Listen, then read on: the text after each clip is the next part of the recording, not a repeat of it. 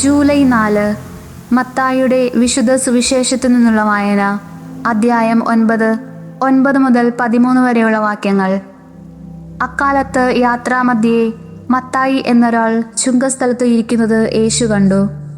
യേശു അവനോട് പറഞ്ഞു, എന്നെ അനുഗമിക്കുക. അവൻ എഴുന്നേറ്റ് യേശുവിനെ അനുഗമിച്ചു.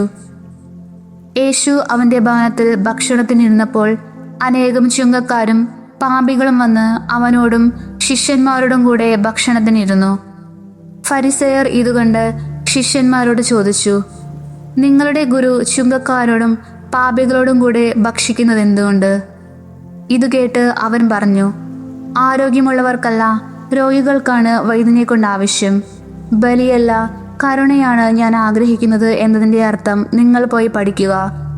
ഞാൻ വന്നത് നീതിമാന്മാരെ വിളിക്കാനല്ല, പാപികളെ വിളിക്കാനാണ്.